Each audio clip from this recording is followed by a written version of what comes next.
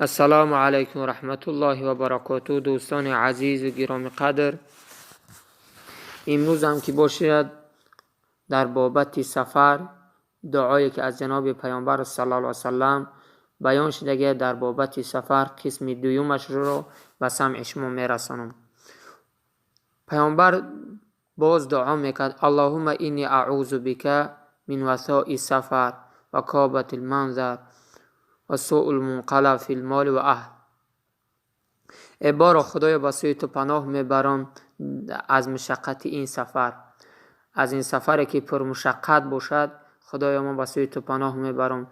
و کابت المنظر، از منظره های بد، از چیزایی را که بینم بد باشه، خدایا به سوی تو پناه میبرم. بعضی انسان های اصلا سفر میکند، میگه در این سفر ما چیزایی به حد بزیبا دیدم. از همون منظره های بد که من میبینم، خدایا به سوی تو پناه میبرم. و سوء المنقلب فی المال و اهل، گفته از بازگشت ناخوبی که در مالم باشه یا در اهلم، یعنی از اون خبری ناخوشی که بعدی که از سفر من بر بگردم، همون ناخوشی را در مالم بینم یا در اهلم، یعنی در زن و فرزندان بینم، خدایا با سوی تو پناه میبرم. بعضی انسان های هست که در همین سفر چیکار میکنه؟ هم خوشی ها را میبینه، نگی بعدی که از سفر بر میگرده هم ناخوشی ها را در خاندانش میبینه که دیگه دلش خنک میشه.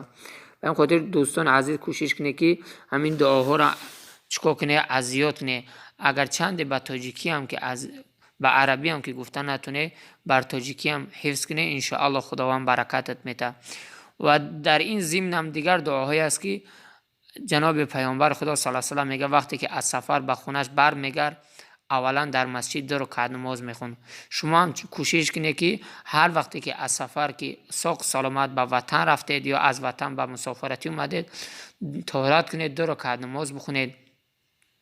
و هر وقتی که به وطن رفتید، در خونه تو داخل شدن میشوید، چیکار کنید؟ کوشش کنید که سوره این انزلنا را یک بارم بخونید.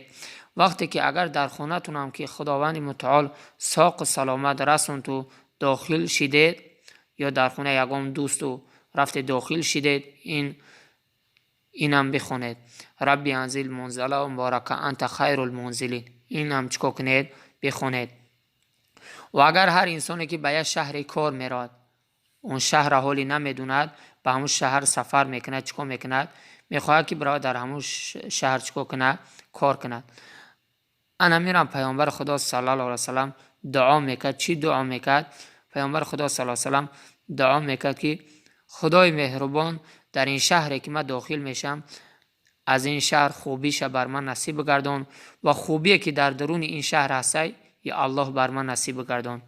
یا الله مهربان، از بدی این شهر و از بدی که در درون این شهر است به سوی تو پناه میبرم.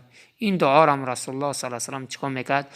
میخواندن و بعدا داخل اون شهر میشدن. شما هم کوشش کنید که همین دعاها را ازیاد کنید تا که رحمت خداوند شامل حال ما و شما شود. الله متعال همه ما و شما را نگه دارد.